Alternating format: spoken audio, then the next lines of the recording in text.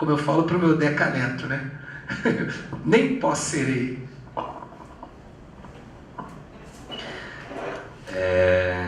Bem, obrigado também pelas questões, pelas provocações. É difícil responder as três, na verdade.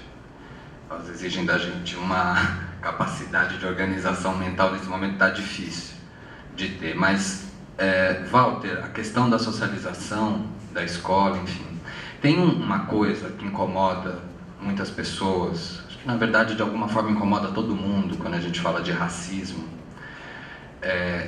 que esse não é um tema, obviamente, fácil.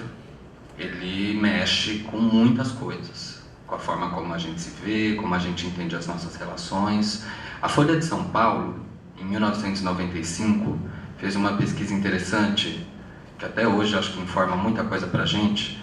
Depois todas essas coisas eu posso compartilhar com a Rita, com a Keila, para ela compartilhar com vocês. Uma pesquisa que consistia em 2 perguntas, era uma pesquisa qualitativa, que era o seguinte: a Folha saiu à rua perguntando para as pessoas, a primeira pergunta: você conhece alguém que é racista? E aí 95% das pessoas nessa pesquisa responderam que sim, eu conheço alguém que é racista. E a segunda pergunta é: você é racista? E aí uma média de quase 80%, se não me engano, disse que não era racista.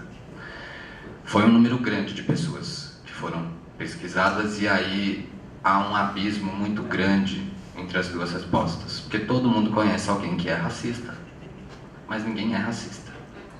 Então acho que isso tem a ver com uma coisa específica, né? Muitas pessoas saem desse argumento dizendo que o racismo não existe, etc., com uma comprovação científica feita pelos geneticistas, pelo pessoal da genética, né? No projeto Genoma e tal, se chegou à conclusão de que não existem raças humanas.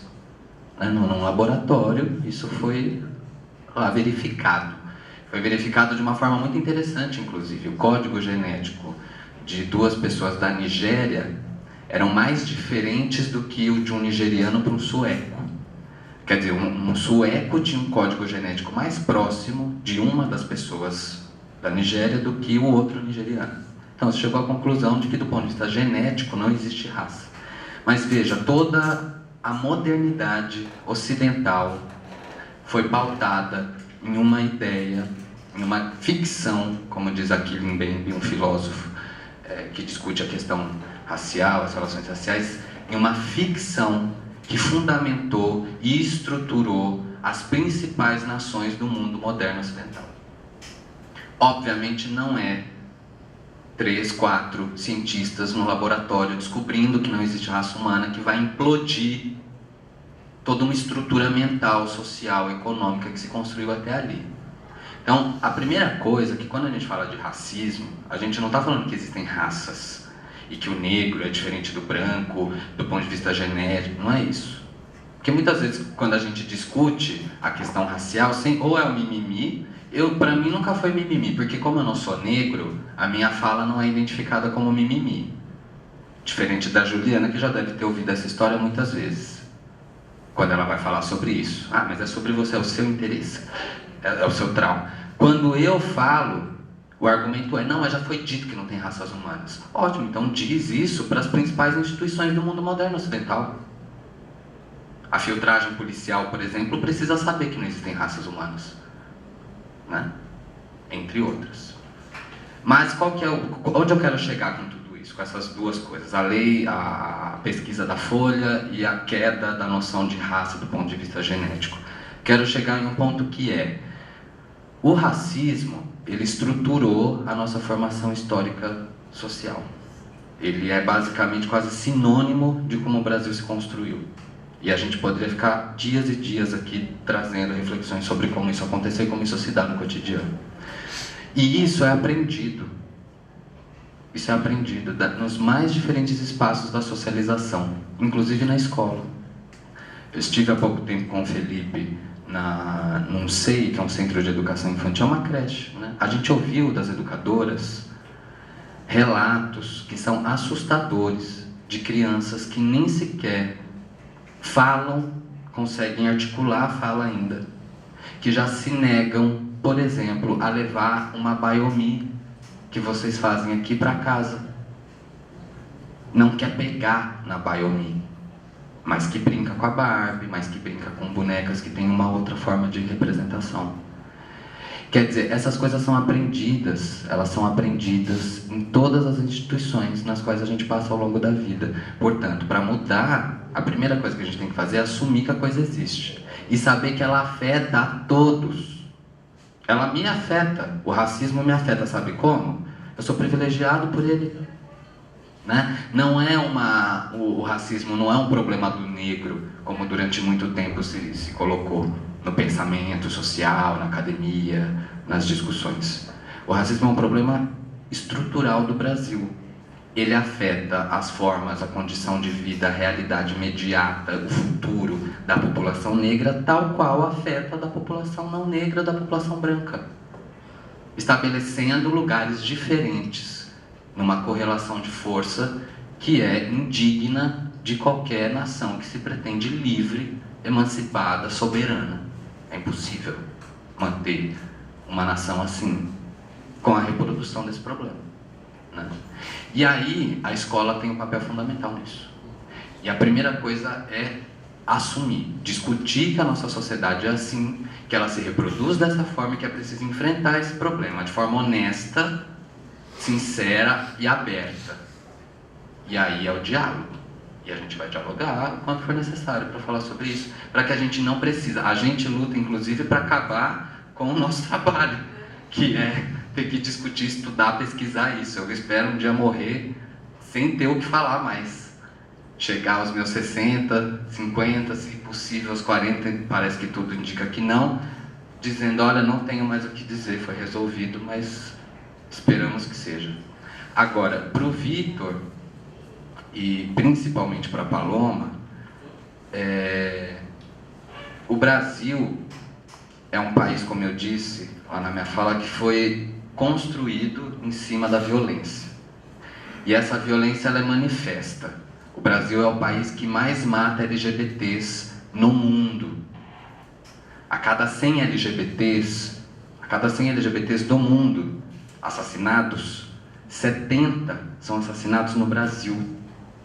Desses 70, 60 são negros. O país que mais mata LGBTs. E aí, gente, não são instituições de esquerda que estão dizendo isso. São respeitadíssimos institutos de pesquisa do mundo, respeitados internacionalmente, trazendo os números, trazendo os dados.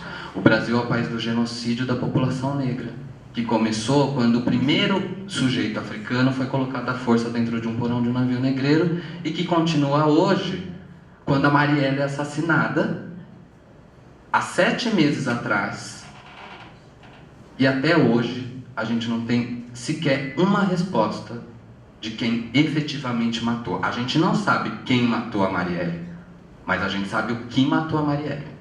E o que matou a Marielle, Paloma e todos vocês, foi ela ser uma mulher negra, periférica, do Complexo da Maré, que ousou entrar numa universidade, fazer as suas perguntas pautadas nas suas experiências como uma mulher negra, lésbica da periferia, que entra na universidade, que vai produzir o conhecimento a partir da sua experiência, que chega em determinadas respostas, que assume um lugar na política institucional para defender pessoas como ela, e que, portanto, enfrenta o maior inimigo da história do Brasil, que é o privilégio, e é assassinada por isso, na frente de toda uma nação.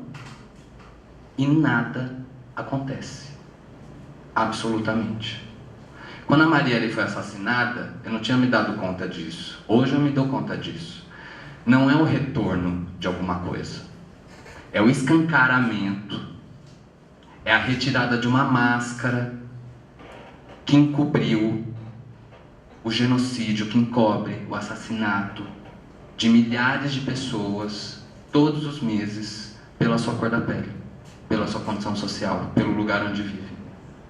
Quando a Marielle foi assassinada, foi dito, agora isso vai ser feito na frente de todo mundo, sem o menor cinismo.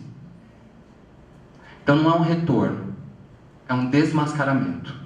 Forças ocultas da nossa formação social saíram do bueiro e se elevam. É disso que se trata. O futuro, e aí eu estou junto com a Juliana como historiador, adoraria poder dizer: o futuro vai ser isso, vai ser aquilo. Dadas as nossas credenciais históricas, dada a nossa experiência histórica até aqui, de um país, se a gente pega a nossa formação histórica, coloca num gráfico, resume isso a 100 anos, desses 100 anos da história do Brasil, 62 foi uma colônia, 7 foi uma ditadura. As outras coisas estão todas divididas entre república oligárquica, café com leite, militares, numa república supostamente democrática. 2 anos seria de democracia, que acabou. De todos os regimes políticos, sociais do Brasil, esse vai ser o que teve a vida mais curta. Não chegou nem à adolescência, aparentemente, né? Dada essa credencial histórica, que não me parece a das melhores, o futuro tudo aponta que vai ser, a toada vai seguir. O sentido geral a gente já sabe, mais ou menos, né? Agora também estou com a Juliana para dizer o seguinte: a gente chegou até aqui, não é? A gente chegou até aqui. 500 anos de história pautada no genocídio, e existiu uma Marielle. Assim como existiu uma Beatriz Nascimento, uma Lélia Gonzalez, uma Alice Brandão, hoje uma Érica Malunguinho, que está aqui, eleita na Assembleia do Estado de São Paulo.